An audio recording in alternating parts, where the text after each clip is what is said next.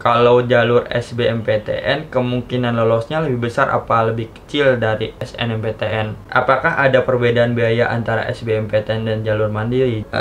Kampus mana sih Kak yang menerima KIPK? Cara cek pengumuman SBMPTN 2021 itu kayak gimana?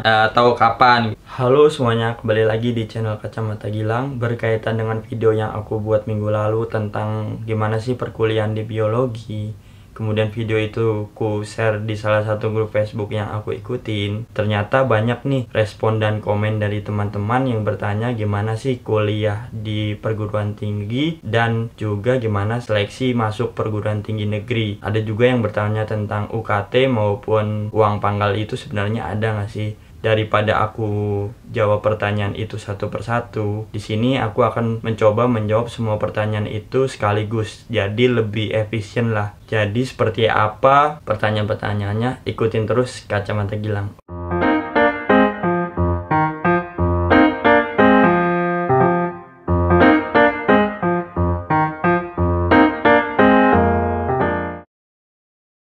Jadi, untuk masuk perguruan tinggi negeri memperoleh strata 1 atau S1, itu ada beberapa proses yang harus dilakukan oleh teman-teman. Ada 2 proses yang dibuat oleh pemerintah dan 1 proses yang dibuat oleh universitas. 2 yang dibuat oleh pemerintah itu ada SNMPTN sama SBMPTN. SNMPTN ini apa? Yaitu Seleksi Nasional Masuk Perguruan Tinggi Negeri atau biasa kita sebut sebagai jalur undangan. Nah, biasanya diambil dari nilai rapot teman-teman selama sekolah di SMA. Nanti jika sesuai persyaratan, universitas yang kita tuju akan mengundang teman-teman untuk langsung bergabung tanpa mengikuti tes lagi. Untuk kedua ada SBMPTN. SBMPTN adalah seleksi bersama masuk perguruan tinggi negeri. Nah, di sini teman-teman harus melakukan UTBK atau ujian tulis berbasis komputer yang harus teman-teman persiapkan belajarnya jauh-jauh hari sebelum UTBK itu dimulai. Dan yang ketiga itu ada mandiri. Ini proses seleksinya tergantung dari universitasnya masing-masing sih, mau mengambil nilai dari SBMPTN atau ada tes lagi yang mereka buat. Langsung aja, ini ada beberapa pertanyaan yang ditanyakan kepada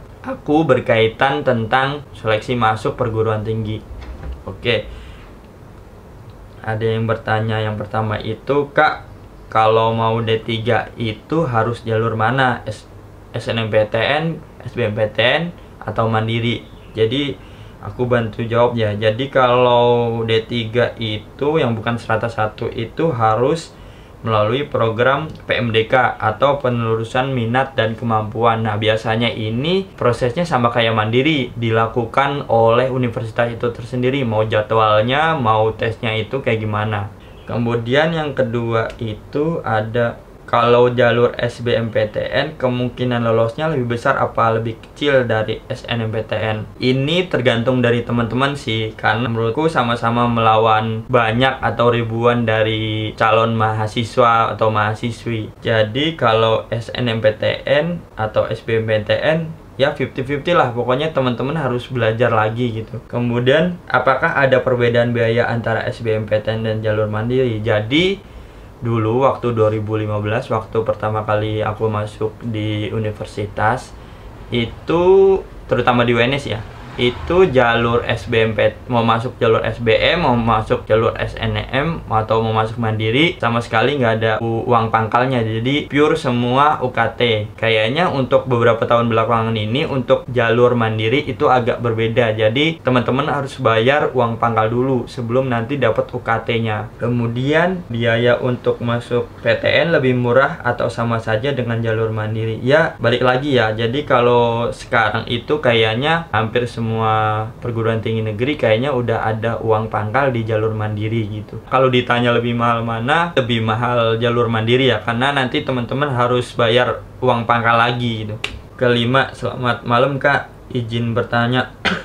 Selama kuliah di UNS, apakah ada cukup waktu luang untuk bekerja paruh waktu? Terima kasih. Untuk bekerja paruh waktu juga sebenarnya itu ada kaitannya sama diri sendiri. Jadi teman-teman harus bisa manajemen waktu sendiri, bagaimana mengatur caranya bekerja kayak gimana, jamnya kuliah kayak gimana. Jadi ada beberapa sih temenku yang juga dia bekerja paruh waktu kayak ngelesin gitu. Bisa, tetap bisa, cuma nanti jangan sampai teledor kaliannya gitu. Karena kuliah juga kan penting gitu. Kemudian di UNS ada prodi S1 ilmu keperawatan nggak ya? Kalau kebidanan adanya D3 kan, itu nggak bisa ikut SNM sama SBM ya. Kalau uang pangkal mandiri berapa ya kak? UKT di UNS itu ditentuin sama gaji ortu kah? Nah, jadi kalau di UNS kayaknya ilmu keperawatan itu nggak ada. Bidanan ada ya, prosesnya tadi kayak PMDK tadi, nggak bisa ikut SNM maupun SBMPTN. Kemudian kalau uang pangkal mandiri berapa ya kak? Yang terakhir saya baca itu minimal 5 juta dan paling mahal itu kayaknya kedokteran hampir 100 juta kayaknya. Cuma mungkin bisa di Google sendiri teman-teman. Kemudian kalau UKT di UNS ditentuin sama gaji ortu kah? Iya, jadi kalau UKT uang kuliah tunggal itu ditentuin berdasarkan perekonomian keluarga kita masing-masing. Nggak cuma di UNS, kayaknya di universitas lain yang menerapkan sistem UKT sistemnya seperti itu.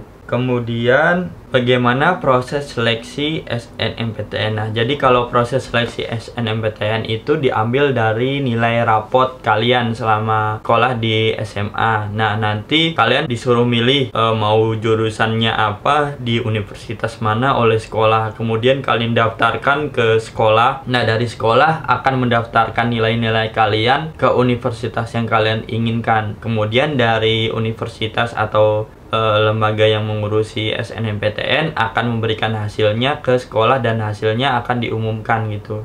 Dan memilih jurusan yang kalian pilih itu harus benar-benar yang kalian inginkan. Jangan sampai nanti ketika kalian udah diterima tuh malah kalian nggak ambil dan malah membuat buruk citra dari sekolahan kalian. Setelahnya nanti sekolahan kalian di blacklist.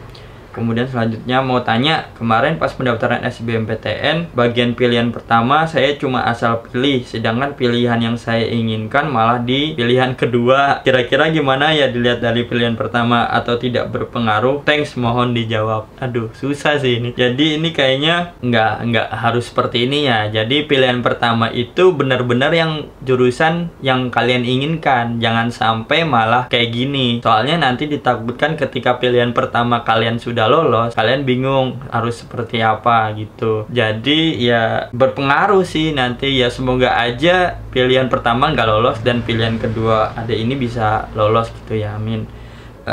Kampus mana sih kak yang menerima KIPK? KIPK ini kayaknya Kartu Indonesia Pintar Kuliah. Jadi kayaknya semua perguruan tinggi negeri menerima sih untuk KIPK ini. Untuk selanjutnya, permisi, saya kan udah daftar SIMAK UI. Kalau nggak jadi ikutan bisa nggak ya? Gitu. Jadi SIMAK UI ini kan seleksi mandiri Universitas Indonesia. Ya di mana-mana seleksi mandiri itu kayaknya bayar, ada biaya pendaftaran. Terus kalau teman-teman belum bayar pendaftaran seleksi mandiri ya udah tinggal nggak apa-apa. Tapi kalau udah bayar ya nggak apa-apa sih, ikutin aja. Siapa tahu kalian bisa keterima di salah satu jurusan di Universitas Indonesia kan, siapa tahu. Terus selanjutnya cara cek pengumuman SBMPTN 2021 itu kayak gimana, atau kapan gitu. Nah, pengumuman SBMPTN itu bisa dilihat di laman utama LTMPT. Itu hari Senin besok nih, mulai pukul jam 3 sore. Jadi semoga kalian bisa keterima lah di SBMPTN di pengumuman hari Senin besok. Atau bisa kalian juga di laman Mirror masing-masing perguruan tinggi yang kalian pilih. Semoga waktu ngecek terus ada nama kalian di daftar itu, amin ya. Untuk linknya bisa kalian kunjungi atau lihat di deskripsi di bawah ya. Jadi mungkin itu dulu, semoga bermanfaat untuk teman-teman sekalian. Semoga bisa lulus SBMPTN besok hari Senin, jadi tidak perlu mengikuti seleksi mandiri lagi gitu ya. Dadah. Oke, sekian yang bisa aku sampaikan kali ini. Like jika kalian suka, komen jika ada yang ingin didiskusikan, share jika menurut kalian ini bermanfaat, dan jangan lupa di subscribe untuk dukungannya ya. Terima kasih sudah menonton.